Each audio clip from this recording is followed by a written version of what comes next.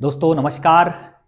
मैं आज आपके बीच में उपस्थित हूं दोस्तों, और ज्योग्राफी के सेक्शन को लेकर उपस्थित हूं क्योंकि आप सबको मालूम होगा कि पॉलिटी के जस्ट बाद की क्लासेस हमारी ज्योग्राफी की होती है। जैसा कि मैं पहले ही शेड्यूल बना चुका हूं कि 2 दिन हमारी पॉलिटी रहेगी और 2 दिन हमारी ज्योग्राफी रहेगी। मैं उम्मीद करता हूं कि आपको, इसलिए हालांकि मैं चाहता तो एक ही सब्जेक्ट को लगातार खत्म करता, उसके बाद नेक्स्ट सब्जेक्ट को स्टार्ट करता, लेकिन मुझे पता है कि आप एग्जाम के सेक्शन से गुजरने वाले हैं और एग्जाम में किसी भी एक सब्जेक्ट को तैयार करने से बहुत सारे सब्जेक्ट अधूरे रह जाएंगे और परीक्षाओं में आपकी सफलता सुनिश्चित होने में बाधा उत्पन्न होगी। तो इसीलिए दोस्तों मैं उम्मीद कर रहा हूं कि सारे सब्जेक्ट को कहीं ना कहीं हम बैच वाइज और क्लास वाइज स्टार्ट करें। और मैं आपको ये एक खुशखबरी भी है और सूचना मैं देना चाहता हूं कि आगामी दिनों में हमारी हिंदी की जल्दी ही क्लास प्रारंभ होगी और आप हिंदी से जुड़कर पूरी आर ओ की हिंदी के हो या फिर पीसीएस में जो भी कुछ हिंदी आता हो, उन सभी सब्जेक्ट के अच्छे ढंग से क्लासेस करेंगे। उसका रिवीजन भी होगा, उसका टेस्ट सेक्शन भी होगा, प्रैक्टिस सेक्शन भी होगा। ये सब कुछ मैं आपके बीच में लेकर आऊंगा। तो हमारी क्लास अगली जो होगी वो जल्दी ही हिंदी की क्लासेस होंगी। आप थोड़े से वेट कर लीजिए, हम जल्दी आपके लिए हिंदी क्लासेस प्रारंभ करने वाले हैं। हमारे जो टीचर होंगे वो आपके बीच में आएंगे और हिंदी को पूरी जीरो से लेकर और 100% जितने भी आरओ में 60 क्वेश्चन आते हैं, मैं उम्मीद करता हूं उनसे भी मैं कहूंगा, संपर्क साधूंगा कि आप बेहतर ढंग से हिंदी को पढ़ाएं, ताकि बच्चे जो 60 क्वेश्चन आ रहे हैं उसमें कम से कम 55 प्लस के रेशियो में रखें अपने आप को। क्योंकि आप सबको मालूम होगा कि आरओ में जीएस के साथ हिंदी एक मेजर पोर्शन में होता है, जिसकी हिंदी का एक तरह से कह सकते हैं पेपर अच्छा होता है, उससे माना जाता है कि आरओ के प्री उससे आसानी से निकलते हैं। और मेंस में भी हिंदी की भूमिका बहुत अच्छी है, निबंध की भूमिका अच्छी है। उसका भी मैं कंप्लीटली यूट्यूब पर आपको क्लास दूंगा, तो आप निश्चित तौर पे बने रहें। और अगर हमारे नए व्यूवर्स होंगे तो हमारे चैनल को सब्सक्राइब करके अपने दोस्तों से भी कहें कि इस चैनल से जुड़ें, क्योंकि हम लोग पूरी ईमानदारी के साथ आपके साथ लग रहे हैं और मैं उम्मीद कर रहा हूं कि इससे भी बेहतर ढंग से आपके साथ मैं आगे के दिनों में लगूंगा। तो दोस्तों आज जो हमारा सेक्शन प्रारंभ हो रहा है वो ज्योग्राफी से हो रहा है, और मैंने लास्ट टाइम पे जो ज्योग्राफी के चैप्टर को पढ़ाया था वो आप सबको मालूम होगा। अगर आप चैनल से जुड़े हुए होंगे या हमारे वीडियो से लगातार बने रहते होंगे तो मैं बता दूं कि वो आपके चैप्टर थे नदी घाटी परियोजना बहुउद्देशीय कार्यक्रम। वो काफी गंभीरता से, काफी विस्तृत रूप से आपको बताया गया था। और उसी के अंतर्गत जो अगला हमारा सेक्शन है आज का है, वो ज्योग्राफिकल हिसाब से भारतीय उद्योग को पढ़ाने का कार्यक्रम प्रारंभ होगा। तो दोस्तों मैं बता दूं कि भारतीय उद्योग ज्योग्राफी के हिसाब से अगर हम बात करें तो भारत में सबसे पहले उद्योग जो खासकर वस्त्र से संबंधित था, वस्त्रोत्पादन से संबंधित था, वह था हमारा सूती वस्त्र उद्योग। तो सूती वस्त्र उद्योग एक महत्वपूर्ण आज भी उद्योग हमारे समाज में है। जितने भी कपड़ों का उत्पादन होता है उसमें सूती वस्त्र का सर्वाधिक बड़ा योगदान है।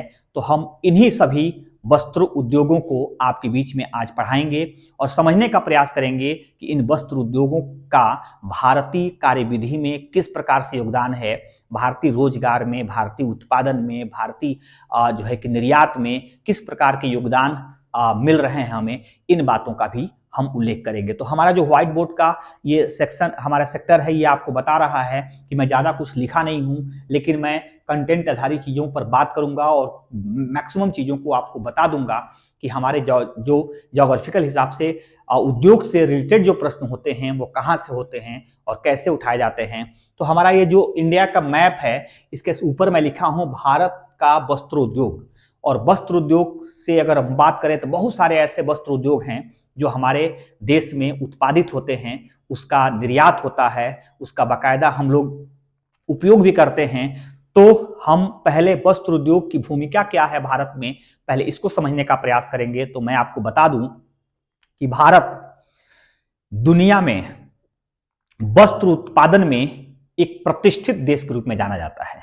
अगर चीन के बाद बात करूं तो सर्वाधिक वस्त्रों का उत्पादन भारत में होता है और भारत के वस्त्र दुनिया भर में निर्यात किए जाते हैं। और आपको यह भी बता दूं कि भारत अपने निर्यात से सबसे अधिक पैसा कहीं से अर्जित करता है, तो वस्त्रों उद्योग के निर्यात से सबसे अधिक प्रॉफिट में रहता है भारत।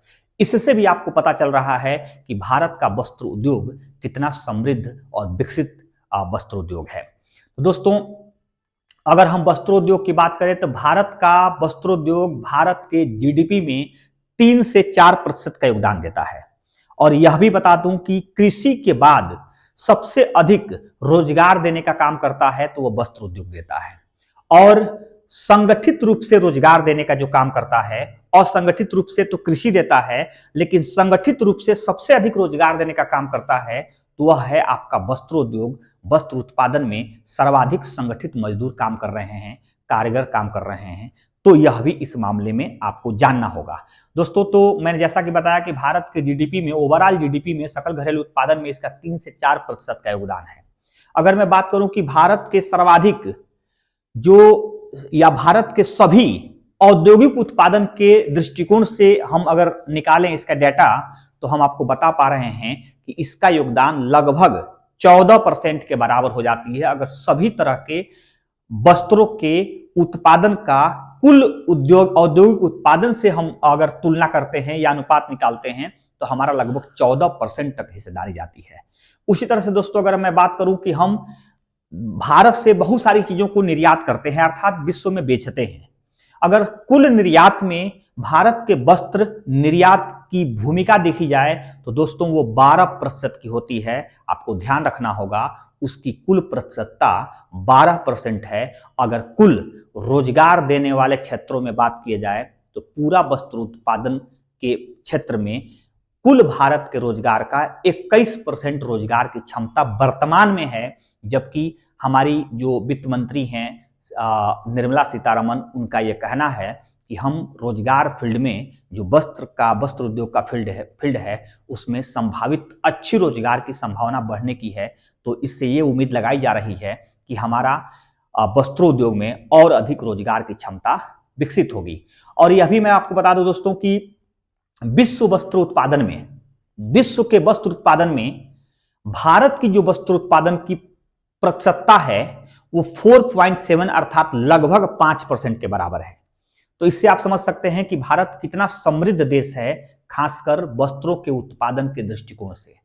तो आज हमारा जो वस्त्र उत्पादन है, पहले मैं उसको विभाजित कर रहा हूं कि कौन कौन सा क्षेत्र वस्त्रोत्पादन में शामिल होता है। तो दोस्तों हमारे मैप पे एक बार आप निगाह रखेंगे तो मैं आपको कुछ एरिया निश्चित करूंगा।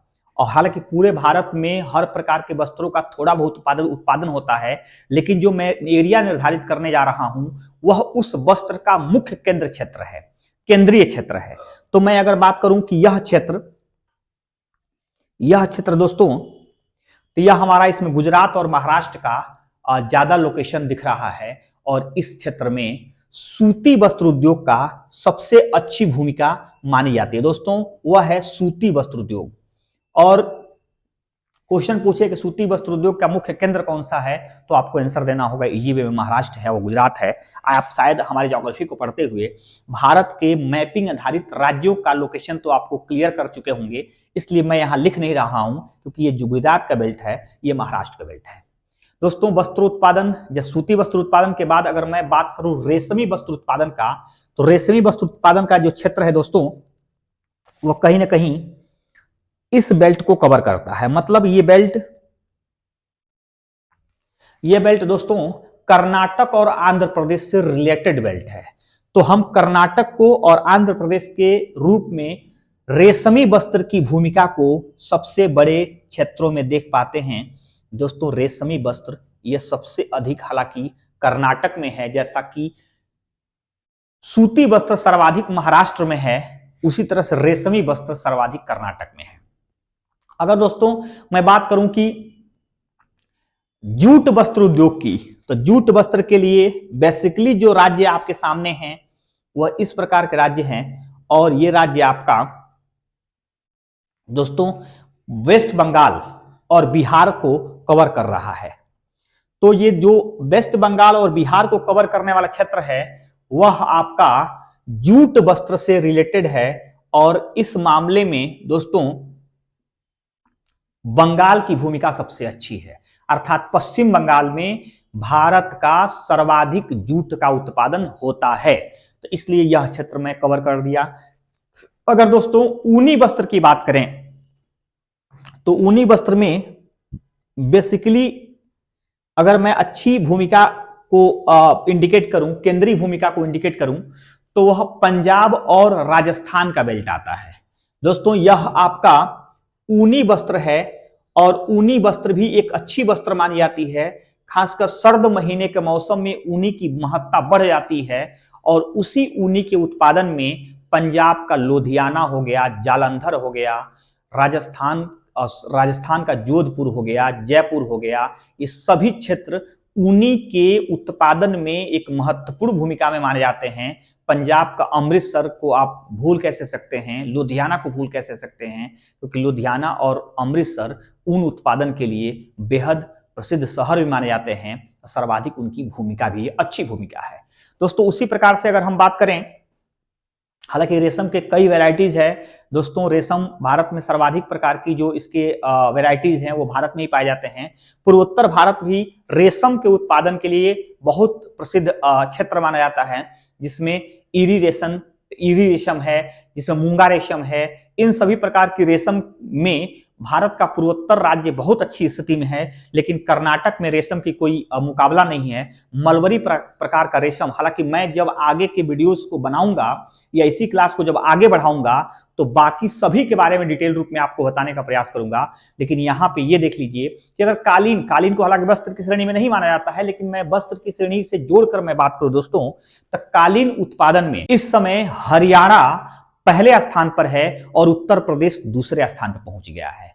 हालांकि पिछले वर्षों के रिकॉर्ड को अगर हम रिकॉर्ड को देखकर बात करें तो उत्तर प्रदेश की पहली भूमिका है और हरियाणा की दूसरी भूमिका है, लेकिन अब हरियाणा उत्तर प्रदेश को पीछे करते हुए कालीन उत्पादन में पहला स्थान ग्रहण कर लिया है और उत्तर प्रदेश का दूसरा स्थान है।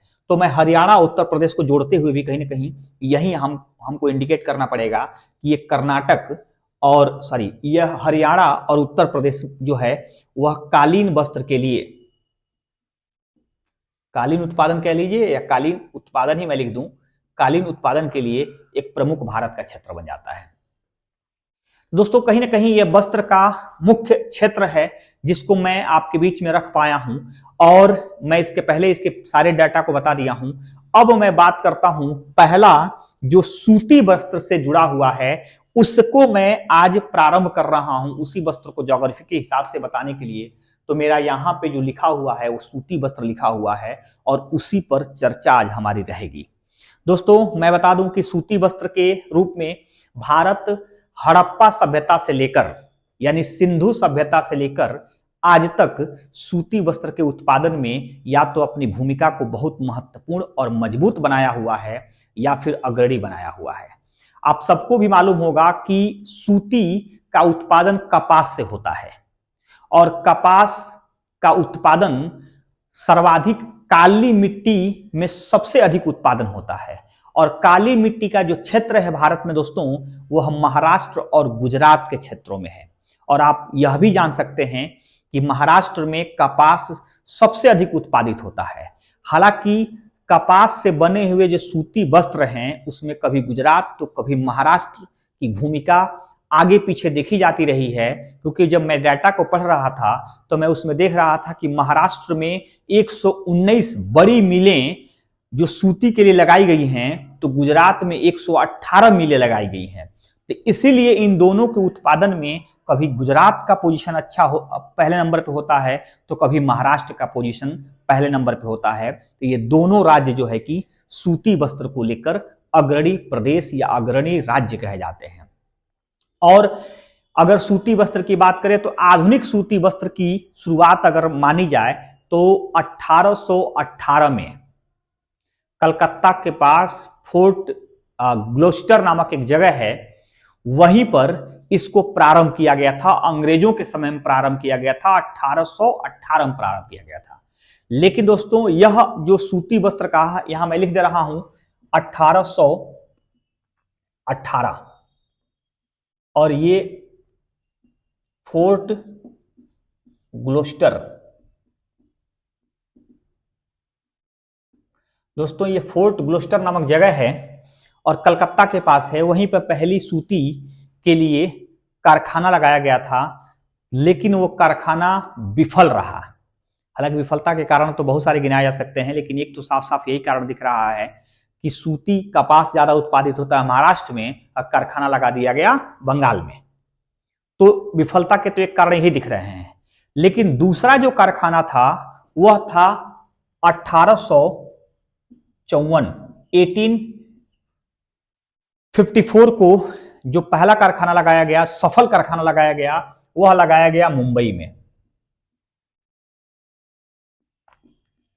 और मुंबई में जी डाबर नाना साहेब द्वारा यह कारखाना लगाया गया और देश का यह पहला सफल कारखाना है। नाना भाई कहा था, जी डाबर नाना भाई द्वारा 1854 में पहला कारखाना लगाया गया और सूती वस्त्र का यह सफल कारखाना है। सफलता के पीछे पढ़ने के बाद ऐसा लग रहा है जैसे ये अपने मूल जो कच्चा माल जहां होता था अर्थात महाराष्ट्र में, अपने मूल स्थान पर लगाया गया और बेहद सफल कारखाना रहा। दोस्तों, तो ये कारखाना लगातार फलता फूलता गया और देश में कारखानों की संख्या बढ़ती गई। महाराष्ट्र गुजरात से ये बाहर निकलकर तमिलनाडु की तरफ, उत्तर प्रदेश की तरफ, जो है कि कर्नाटक की तरफ, कश्मीर की तरफ लगातार इसके जो है कि कारखानों की संख्या बढ़ती गई। और आज हम सर्वाधिक कारखाना महाराष्ट्र में देखते हैं, दूसरा अधिक कारखाना गुजरात में देखते हैं। और सूती वस्त्र की व्यापकता इतनी बड़ी है दोस्तों कि इसका अंग्रेजों ने भी भारत में रहते हुए अपने फेवर में भुनाने का खूब प्रयास किया।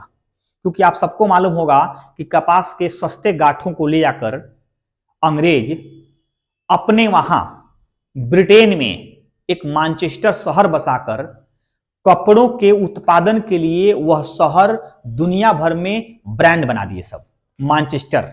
और आप सबको पता होगा ब्रिटेन का मैनचेस्टर सूती वस्त्र के लिए दुनिया भर में एक प्रसिद्ध शहर बन गया। देखते ही देखते वहां के सूती वस्त्र दुनिया भर में निर्यातित की जाने लगी और ब्रिटेन को लाखों करोड़ों डॉलर कमाने का एक अवसर दे दिया, एक ऑप्शन दे दिया।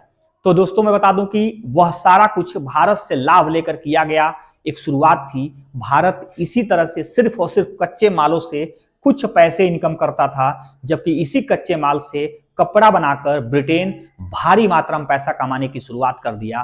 तो दोस्तों हमारा जो सूती वस्त्र है यह महत्वपूर्ण इसलिए है, आज भी महत्वपूर्ण इसलिए है कि भारत में कुल कपड़ा, अगर मैं बात करूं कुल कपड़ा उत्पादन का, सूती वस्त्र का जो है वो 56% का योगदान है। 56% अकेले हमारा सूती वस्त्र कवर करता है। यह भी आप जान सकते हैं, यह भी आप देख सकते हैं। तो दोस्तों मैं बता दूं कि 56% के साथ सूती भारत में सबसे बड़ी वस्त्र उद्योग है। और आप भी शायद जनरल वे में कपड़े खरीदारी करने जाते हैं तो भले ही आप सूती की पहचान कर पाए ना कर पाए, कपड़ों को एक बार जरूर टच करते हैं अपने हाथों से और यह महसूस करने का काम करते हैं कि क्या यह कपड़ा सूती है कि नहीं है, या फिर कितना इसमें कॉटन या सूती मिक्स है। इस बात की जरूर एक बार चर्चा होती है। तो आप समझ सकते हैं यदि भारत में इतना उत्पादन होते हुए भी हर भारतीय भी भरोसा नहीं कर पाया है, या हर भारतीय की चाहत सूती वस्त्र के ही कपड़े को यूज करना है, तो दुनिया भर में इसकी कितनी बड़ी डिमांड रहती होगी, आप इससे अंदाजा लगा सकते हैं। दोस्तों मैं बता दूं कि हमारा जो है सूती वस्त्र उद्योग, जैसा कि मैंने बताया कि महाराष्ट्र में सर्वाधिक इसके उद्योग विकसित हैं, गुजरात में भी सर्वाधिक उद्योग विकसित हैं। लेकिन दोस्तों अगर मैं एक बात कहूं कि सर्वाधिक केंद्र, सूती के केंद्र किस शहर को जाना जाता है, तो मुंबई को जाना जाता है। दोस्तों मुंबई को कॉटनोपोलिस के नाम से जाना जाता है, भारत का कॉटनोपोलिस कहा जाता है मुंबई को। लेकिन अगर दूसरी किसी जगह की बात करें तो दूसरा जगह है वो है गुजरात, और गुजरात का अहमदाबाद शहर। मतलब गुजरात में जितनी फैक्ट्रियां इसकी लगी हुई हैं उन फैक्ट्रियों की संख्या सर्वाधिक कहीं है तो अहमदाबाद में है। इसीलिए दोस्तों हम लोग भारत के अहमदाबाद को भारत का मैनचेस्टर या पूर्व का बोस्टन कहते हैं। कपड़े के मामले में बोस्टन की अच्छी भूमिका है और उसी तरह से भारत में भी अहमदाबाद की अच्छी भूमिका है। इसलिए हम लोग भारत का मैनचेस्टर अहमदाबाद को कहते हैं या पूर्व का बोस्टन अहमदाबाद को कहते हैं। इसी प्रकार से अगर उत्तर प्रदेश में आते हैं तो उत्तर प्रदेश में 50 से 54 मिलें काम कर रही हैं, जिसमें अकेले सर्वाधिक मिल कानपुर में लगी हुई है। और कानपुर को हम उत्तर भारत का मैनचेस्टर कहते हैं। दोस्तों याद रखेंगे, कानपुर को हम उत्तर भारत का मैनचेस्टर कहते हैं। और हम जब दक्षिण भारत में जाते हैं तो दक्षिण भारत में कोयम्बटूर एक शहर है जो तमिलनाडु का शहर है। वह शहर भी सर्वाधिक सूती वस्त्र के केंद्र के रूप में होता है। तो हम कोयम्बटूर को दक्षिण भारत का मैनचेस्टर कहते हैं। और अगर उत्तर प्रदेश के आप निवासी होंगे, पूर्वांचल को ठीक से जानते होंगे, तो मैं आपको बता दूं कि पूर्वांचल में गोरखपुर एक शहर है और गोरखपुर में भी सूती का एक अच्छी उत्पादन की स्थिति मानी जाती है। इसीलिए पूर्वांचल में गोरखपुर को पूर्वांचल का मैनचेस्टर कहा जाता है। अर्थात गोरखपुर शहर भी पूर्वांचल के मैनचेस्टर के रूप में जाना जाता है। तो मैं आपको बता दूं कि अगर एक लाइन में इसे बताऊं और याद करने के लिए बताऊं तो भारत का मैनचेस्टर अहमदाबाद, उत्तर भारत का मैनचेस्टर कानपुर, दक्षिण भारत का मैनचेस्टर कोयम्बटूर, पूर्वांचल का मैनचेस्टर गोरखपुर। ये अपने आप में याद कर लीजिए और बेहद जरूर से याद कर लीजिए, इसे भूलना नहीं है, इसलिए क्योंकि ये बार बार पूछा जाता है। तो दोस्तों ये अपने आप में बड़ी भूमिका के तौर पर थी। और इसी तरह के सूती वस्त्र के कारखाने भारत में लगातार बने हुए हैं, लगातार लगे हुए हैं, लगातार इसका उत्पादन होता है। तो यह भी अपने आप में बड़ी भूमिका में है। और मैं बता दूं कि चाइना यानी चीन के बाद सूती वस्त्र का कहीं सबसे अधिक उत्पादन होता है तो वह देश है भारत। अर्थात भारत वस्त्रों उत्पादन में भी दूसरे स्थान पर है और सूती वस्त्र उत्पादन में भी दूसरे स्थान पर है। दोस्तों कहीं वीडियो ज्यादा लंबा ना हो जाए, इसे भी ध्यान देना है। और इसी को ध्यान देते हुए मैं बाकी चाहे ऊनी वस्त्र का हो या रेशमी वस्त्र का हो या फिर जूट वस्त्र का हो या फिर कालीन से संबंधित कोई वस्त्र हो या उसके उत्पादन हो, इसके संबंध में जो क्लासेस होगी वो हमारी अगली क्लास होगी। अगर आप यह वीडियो या इस वीडियो में कुछ और भी चाहते होंगे तो हमें कमेंट करके जरूर से आप सूचित करें कि सर आपके द्वारा कुछ इस प्रकार की चीजों का भी को कवर किया जाए। मैं कोशिश करूंगा कि आपकी उम्मीदों को पूरा कर सकूं। दोस्तों अगर हमारे आप वीडियो को देखने के साथ अगर हमारे सब्सक्राइबर नहीं होंगे तो जरूर से सब्सक्राइब कर लें। वीडियो अच्छा लगे तो लाइक करें। दोस्तों अगर आप पूरा वीडियो देखे हुए हैं तो आप पिछला लिंक से आप वीडियो लेकर उसे भी देख सकते हैं, क्योंकि ज्योग्राफी के जितने भी हमारे वीडियो गए हुए हैं वो बेहद गंभीर वीडियो गए हुए हैं, बेहद अच्छे वीडियो गए हैं। हमारे प्लेलिस्ट में जाकर ज्योग्राफी के सारे वीडियोस को देख सकते हैं। काफी विस्तृत वीडियो हैं और काफी अच्छे वीडियो हैं। दोस्तों आपको पूरा यहाँ वीडियो देखने के लिए, पूरी क्लास करने के लिए आपको बहुत बहुत धन्यवाद। Thank you.